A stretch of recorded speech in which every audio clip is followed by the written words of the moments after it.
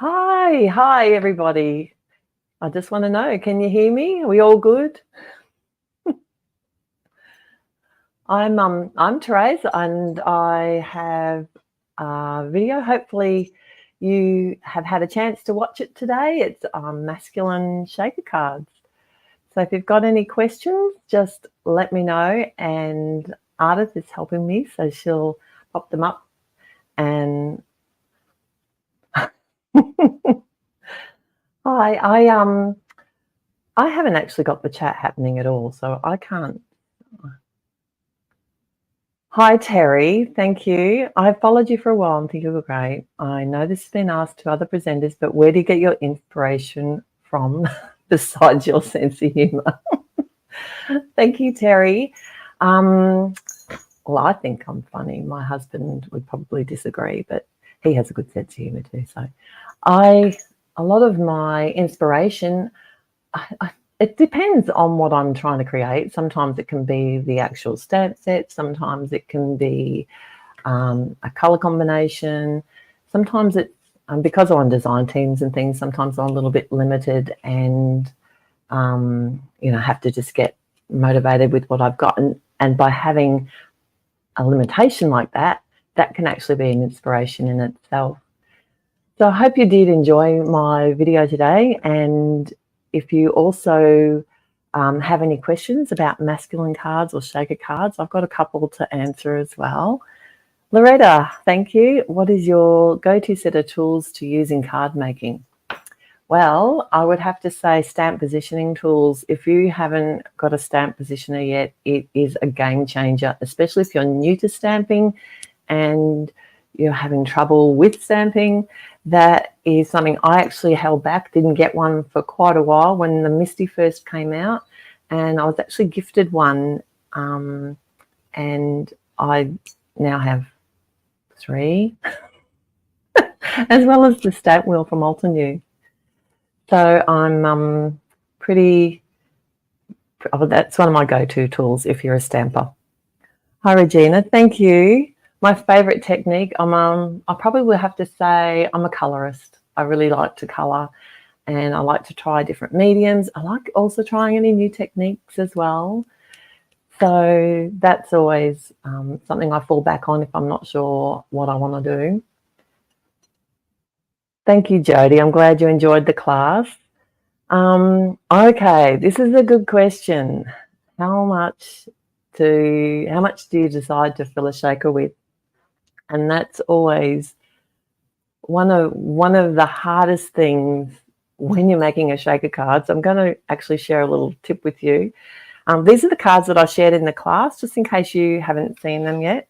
And yes, sometimes you'll find when you put your shaker together, there's either not enough or there's too much in there. When I made this card in the class here, what I did, I actually left a tab of the release paper on the foam tape, and that way I could kind of open that up as a little well to add some more or tip some out.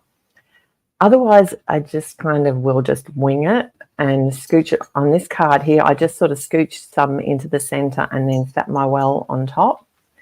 And I can't remember how I did this one, but this is just little foam, little balls. I think it's Queen and Co, but they come in all different colors.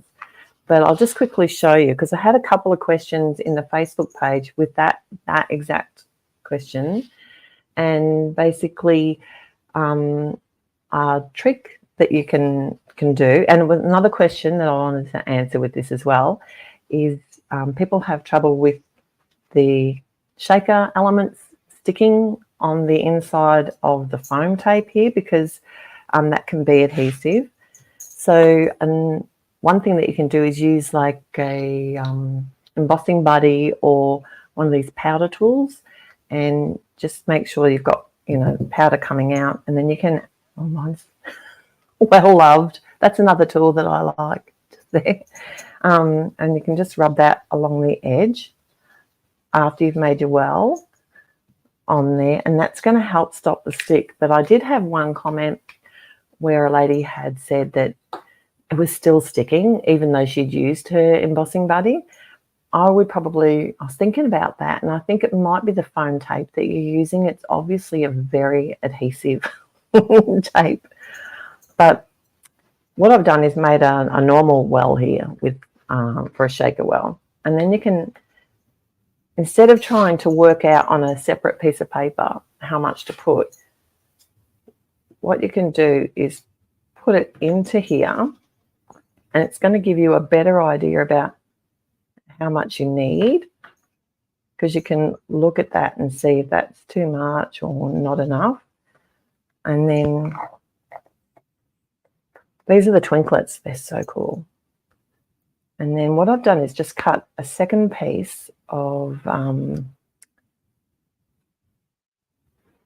acetate. I'm losing, get your words together, Therese.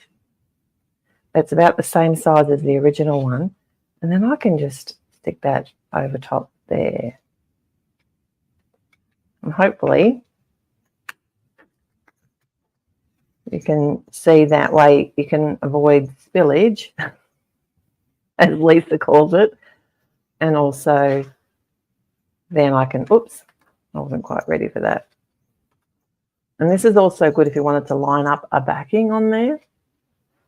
So that powder tool is made by, there's a couple of different companies that make that one. It's the Inkadinkadoo, is that the one? Maybe someone can help me in the chat. But that's a really neat trick if you don't know how much you want to put in. I do use a die cutting machine. I use a die cutting machine probably every card I make, I would have to say. I think when we had coordinating dies to our stamps, when that got sort of become commonplace a few years ago, the die cutting machine, it's an invaluable tool. I know they are an investment, but there's so many techniques that you can do with them. You won't regret it, but do check around and see which one is going to suit what your needs are, because there are mini ones and there are electronic ones. When I say that, I meant electric, not electronic. EK Success, thank you, Lee. Thank you. I need a new one.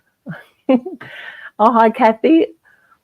I'm glad you showed alternate ways to do your cards. Is there any way to use glitter in a shaker card?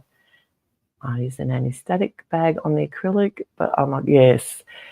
Glitter, I have seen a trick where people use alcohol wipes on the actual, and I mean, I'm thinking that you mean the glitter just sticks to everything when you shake because of the acetate. And I have seen people use alcohol wipes on the actual acetate, and that will help with that sort of, I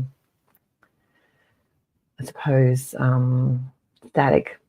I did try that and it didn't work particularly well. So I can't help you there other than love the glitter and how it does stick. But you could try that alcohol wipe and see if that does work. Okay, Audrey, best ideas for making a first shaker card. If you have a chance to watch my video, it is the cards that here, they might look a little bit complicated, but they're actually not. It's basically creating a well to put the shaker bits in. If you're going to use something that's a little bit bulky, then like say on, I think on all of these cards, I actually doubled up the foam tape on them. And I'll just show you a quick trick here too. If you've got a roll of, I've started using rolls of foam tape now. If you've got a roll of foam tape and you want to double it up, the easiest way is just to kind of, this is ripped, this, because I took it camping with me, as you do. When you go camping, you take your foam tape. You just pinch it over and join it together, and that way you've got a double thickness without having to try and line it all up on the back of a card. And that will just give you a little bit more depth. I know dimension is not a joy for everyone, but these can be hand gifted cards. They can also be posted in a padded envelope if you're worried about it, or a rigid mailer. That'll work too. But that's how I double up my phone tape.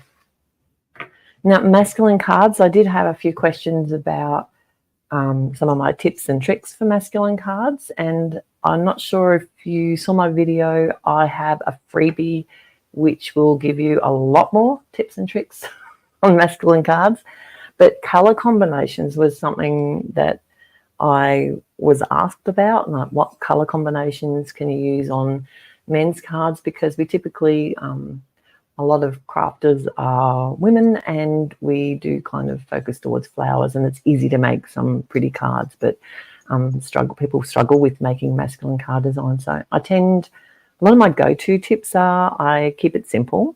I'll often do clean and simple cards for masculine designs. I like to use backgrounds too. So if you're going to use things like patterns, plaids and things like that can work really well. Geometric designs work really well. I like to use humour. I think especially like a punny sentiment that goes down, like it's just it's one of those things that I know some men just don't appreciate the cards and the time that goes into it. So if you can get them to have a laugh or enjoy the card, then you know that they've actually enjoyed that as part of the gift. So, and interactive is another thing. So give them something to do. But color combinations, it is, things like neutrals or brights. I'll find like bright colors will work. Even if it can kind of look, these are a couple of older cards that I've made a bit more rainbowy. Some people find with men, they don't like to use floral designs, so I'll still use foliage on men's cards or interactive. That's a light up card. Don't know if you can see that one. And that one's a little bit busy for me. I've coloured that one.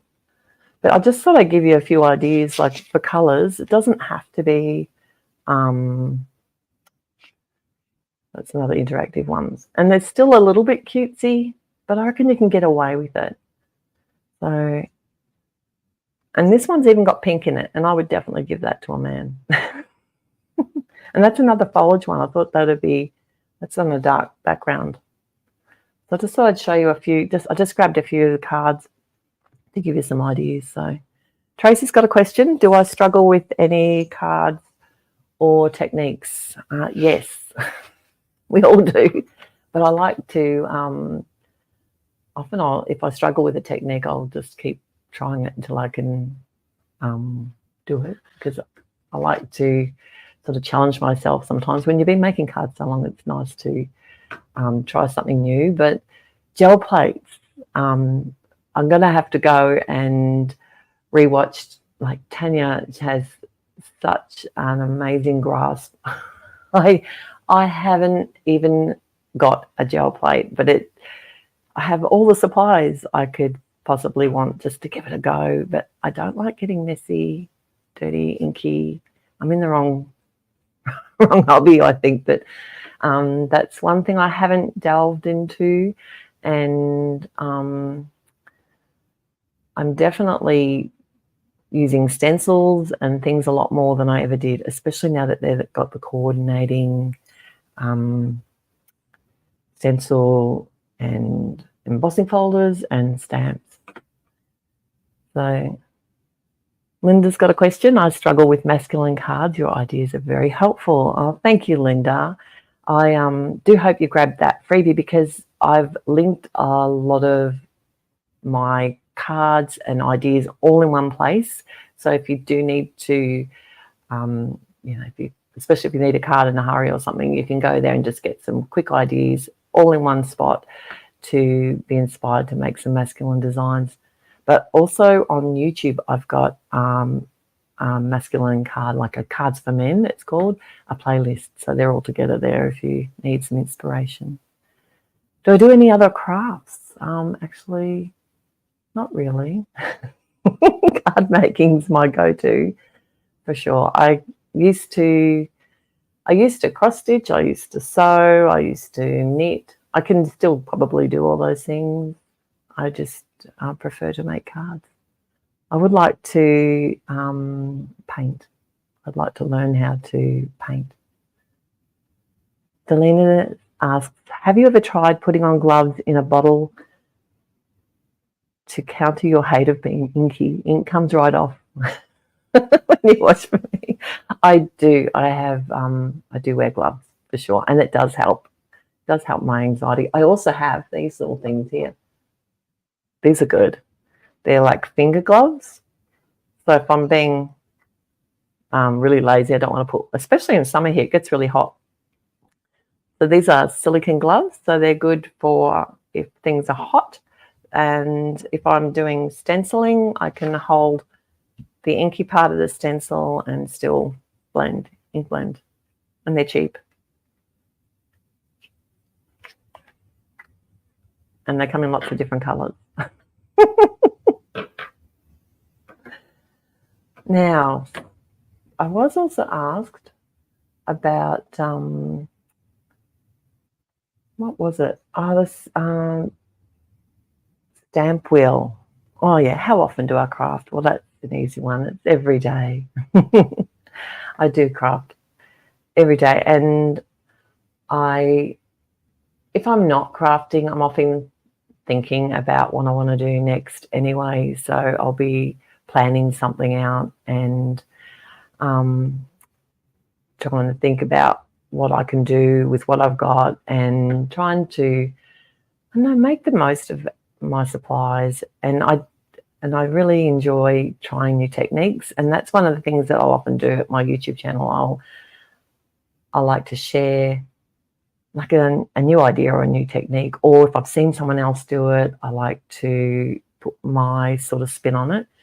One of the good things is if you're not very confident in designing your own cards, that is a great way to start, especially if you've got a stamp set that you just had to have, but you can't work out. You get it in your hands and then you think, well, how am I going to use it? Now I'm stumped. It's good to be able to look at what other people have done and start from there. So once you've done that a few times, like even if you just copy someone's card, we don't mind. That's why we share. We are trying to inspire. You can just let people know that's how you were inspired, and that's how we all share the love.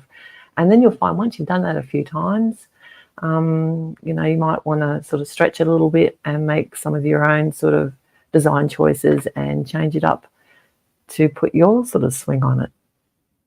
Oh yeah, the stamp wheel. It's a lot of fun. It's kind of like, it's like this. So this is the Misty, and this is basically a stamp positioning tool. I think I used this one in the class today, and that's I think why they asked about it. But basically works the same. It has the clear plastic lid that you can put your stamp onto. So say I was these have got so much dimension on them. Say I had that happy birthday stamp, I was in the Misty, you put your cardstock in there, stamp on here, ink it, and then you can actually ink that down, ink onto the cardstock with the lid. So in the stamp wheel, one of the best things that I like about this in comparison to the Misty is it actually has a sticky grid mat. It's hard to tell, but you can adhere that in there. And you can see like it actually adheres to the mat. So you can stick something anywhere on there. You can also use it to ink blend on, but it works the same as a stamp positioning tool as well, in the fact that you can put your stamp onto here, ink it up, and then lay that on top. So you've got like the best of both worlds. And then you can also do designs with this, because you can turn the plate around and re-stamp an image, and make wreaths, or if you're doing multiple layers of stamping, that will, like if you know the layered flowers and things like that, that will actually mean that you can put multiple stamps on one wheel and create lots of flowers all at once. Oh, that was lucky. I'm back now. Do I sketch out card designs or just go? I do sketch, and the main time when I sketch is when I'm on holidays. So if I've got a certain theme that I want to sort of expand on, I find if I sit down and sketch them out and write down what products I want to use, I find that I get more from my products that way, because I'll sit there and I'll think about it. If I just sit down to make a card and grab the products and make it, which I do as well, I do that a lot, I take a lot longer to make a card, and I'll think about something afterwards and I'll think, oh, I should have done that. That would have been great. Like that would have made a great shaker. Or, you know, but I didn't think of it at the time. But if I actually sit down, take the time to sort of sketch out my cards, I take a book with me. I'll just do it. I'll quickly show you this. When I go,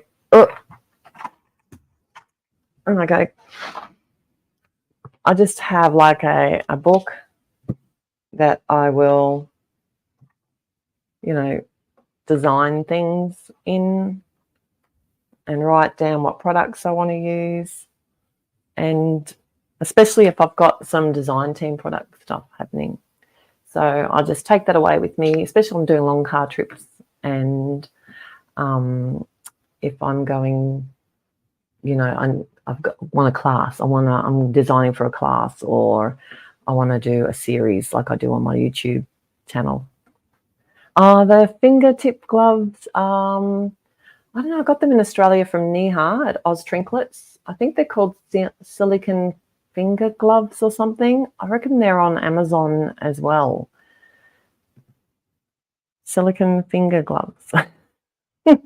So the stamp wheel is made by Altenew. And I do have all of the products that I use in today's video. If you head through the product list, go to where the video is. There's a product list there. You'll find the links there. It's sold by a lot of different stores. And I think there are a few different kinds of Misties, but I think the wheel version, that might be the only one. Arlene asks if the sticky mat has to be replaced often. I haven't found that at all. It's a photopolymer, so it's like your photopolymer stamps. If you just simply wash it with some really neutral kind of soap, like a mild dish soap and water, and just let it air dry, it regains its tack. And that's how you make your photopolymer stamps sticky again if they lose their stick. It's exactly that.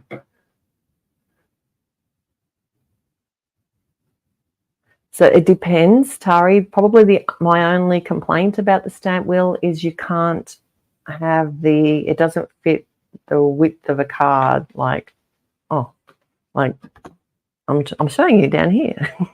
That's not working. So it doesn't hold the width of a card open. That makes sense. But the Misty will. If you're just using, I often just work on a panel for the front of my card, so that really doesn't affect me. But if you're stamping, I'm sorry, what was the question again?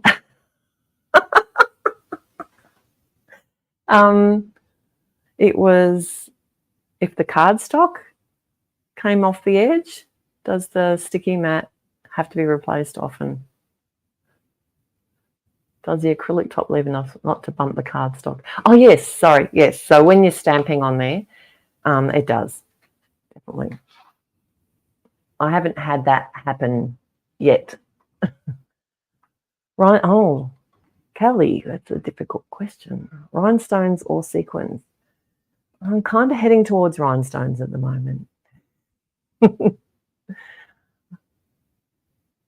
Finger cots in North America, silicon finger gloves. Thank you, Karen. That's wonderful. 5 pink ones. See, cheap, $1.25. That's awesome. At the Dollar Tree. I didn't even know. What time is it here? It is 7. 7:25 in the morning. Oh gosh, that went quick. It's time to go. You've got another speaker coming up shortly. You've got Shannon up next. So I can't believe that's gone so quickly. But yes, 7:20 in the morning it is. But thank you so much. I really appreciate you guys and all your support, and hope you enjoyed my class. If you haven't found me out in social yet, I'm Therese Calvird, and you can find me at Lost in Paper. I have a blog, a YouTube channel. I'm on Facebook, Pinterest, and on one more, Instagram. I'm everywhere. Well, not TikTok, apparently. Not yet. I've been told I should by my niece. Don't forget to download the freebie if you haven't already, and check out the worksheet for any instructions. Shaker cards are fun, and masculine cards don't have to be scary. I promise. All right. Look forward to seeing you in the Facebook page. And if you do make a masculine shaker card, or even a shaker card on my design, please share it. I'd love to see what you make.